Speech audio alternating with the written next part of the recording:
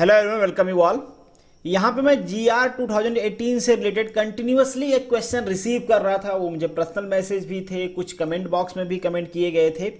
वो क्वेश्चन क्या था उसको हम डिस्कस करेंगे। ऑलरेडी जीआर से रिलेटेड मैंने 2-3 वीडियो बनाए हुए हैं। जीआर कैसे आया, क्या था एग्जैक्टली, क्यों स्क्रैप किया गया, और रोस्टर कैसे प्रिपेयर किया जाता है, सीट का डिस्ट्रीब्यूशन कैसे होता है, ये सारी चीज़ें ऑलरेडी हमने डिस्कस किया हुआ है। अगर आपने वो वीडियो नहीं देखे हैं तो ज़रूर देखिएगा।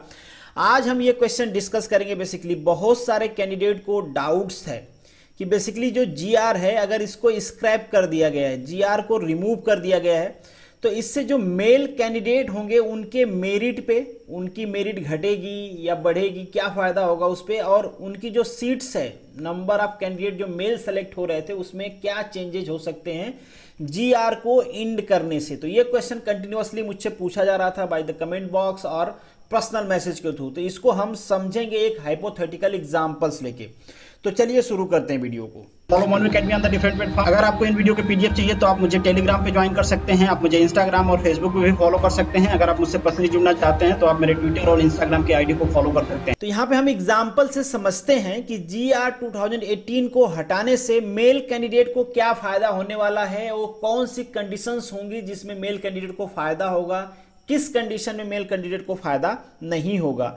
तो जैसे कि एज यूजुअल मैं एग्जांपल लेता हूं 100 सीट का। तो यहां पे भी एग्जांपल ले लेते हैं कि सपोज करिए कहीं पे वैकेंसी आती है, 100 सीट्स है, तो वेरी सिंपल जो हम डिस्ट्रीब्यूशन करते हैं, जिसे हम वर्टिकल रिजर्वेशन कहते हैं या फिर इसे हम सोशल रिजर्वेशन भी कहते हैं।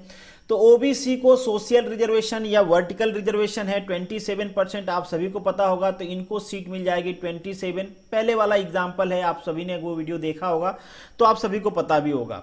यहाँ पे एसटी का रिजर्वेशन है 15% का, तो यहाँ पे इनको सीट मिल जाएगी 15। यहाँ पे एससी का रिजर्वेशन है बेसिकली 7 सीट का 7% का, तो यहाँ पे इनको रिजर्वेशन सीट मिल जाएगी 7।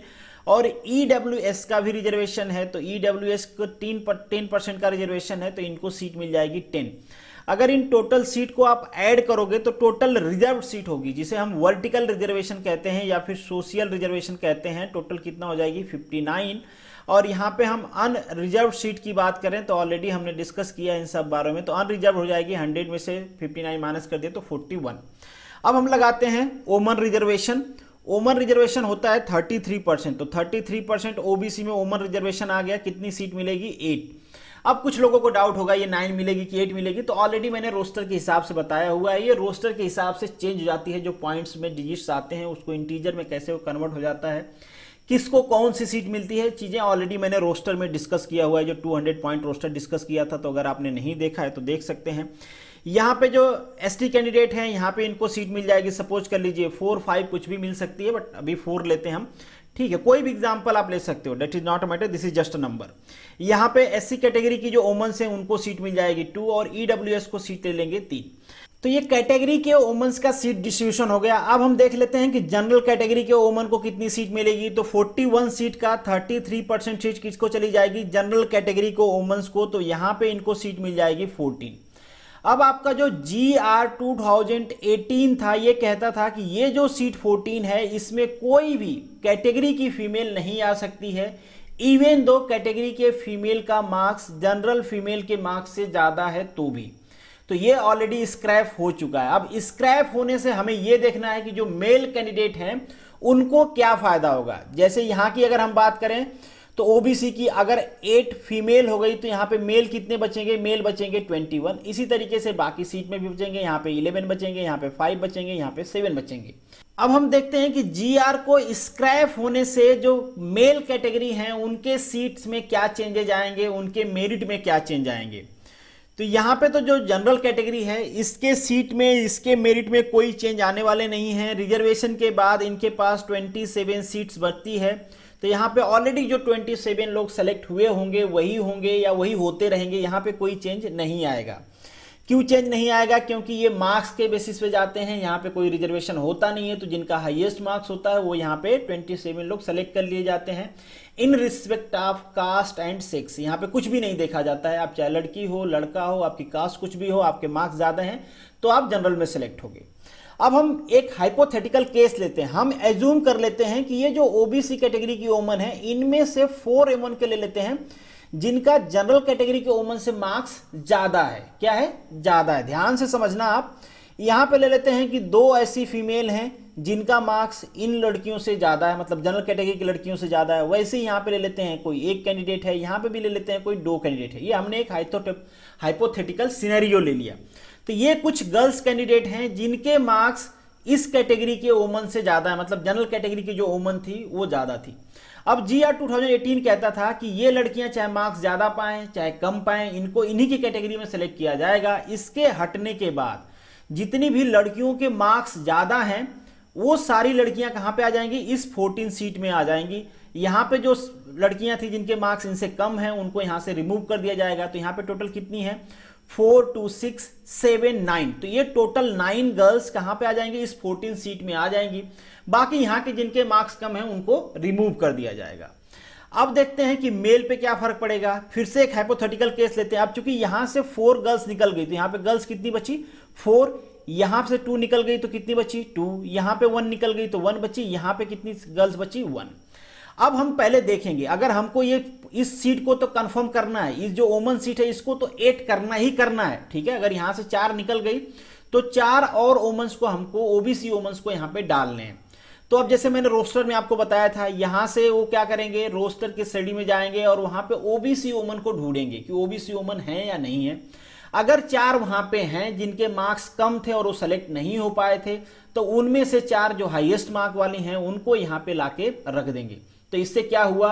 कम मार्क्स वाली आई। इसका मतलब क्या है कि जो ओबीसी की वुमेन्स हैं उनका जो मेरिट है क्या हो गई? घट गई ना? डेफिनेटली घटेगी, क्योंकि यहां पे अब कम मार्क्स वाली भी सिलेक्ट हो रही हैं। अब एक और कंडीशन लेते हैं। सपोज करिए कि वहां पे ढूंढा गया, क्योंकि मैकेनिकल की पोस्ट अगर आप लोगे तो मैकेनिकल में गर्ल्स नहीं होती हैं। जैसे आईटीआई से रिलेटेड बहुत सारे लोगों ने क्वेश्चन पूछा था। तो यहां पे अगर आईटीआई की गर्ल्स, मतलब मैकेनिकल में गर्ल्स नहीं है, सपोज करिए 4 के जगह पे 2 गर्ल्स मिली तो 2 सीट यहां पे वैकेंट रहेगी।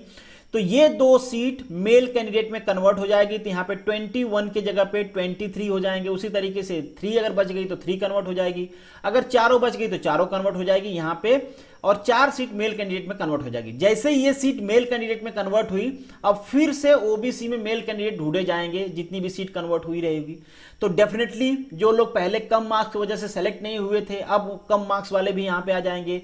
तो डेफिनेटली जो ओबीसी के मेल कैंडिडेट हैं उनकी भी मेरिट क्या हो जाएगी? डाउन हो जाएगी। इसी तरीके से इन सारे कैटेगरी में होगा। इसी तरीके से एससी कैटेगरी में ढूंढा जाएगा कि 2 लड़कियां कम हुई तो 2 एसटी में हैं क्या लड़कियां?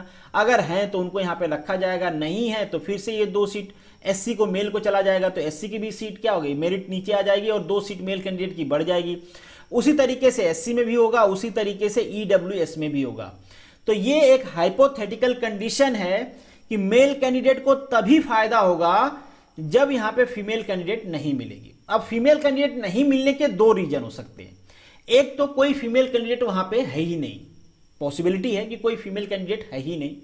दूसरी बात कि फीमेल कैंडिडेट है मगर गवर्नमेंट ने रिस्ट्रिक्शंस लगा रखे हैं कि जो फीमेल कैंडिडेट हैं उनको तभी सेलेक्ट किया जाएगा जब वो मेल कैंडिडेट से 10% कम मार्क्स पाई हैं, या मिनिमम जो टोटल मार्क्स है उसका कुछ 40%, 50% या 33% स्कोर करना है उनको। ये गवर्नमेंट रूल बना सकते हैं इस पे। अगर गवर्नमेंट ने कुछ ऐसा कंस्ट्रेन लगाया है तो सपोज करिए वहां पे गर्ल्स हैं बट जो मिनिमम क्वालिफाइंग मार्क्स है वो उनका नहीं आया है, तो भी ये सीट किसको कन्वर्ट हो जाएगी? मेल कैंडिडेट को कन्वर्ट हो जाएगी। और अगेन मेल कैंडिडेट ज्यादा सेलेक्ट होंगे और उनकी मेरिट क्या हो जाएगी? कैटेगरी वाइज डाउन हो जाएगी।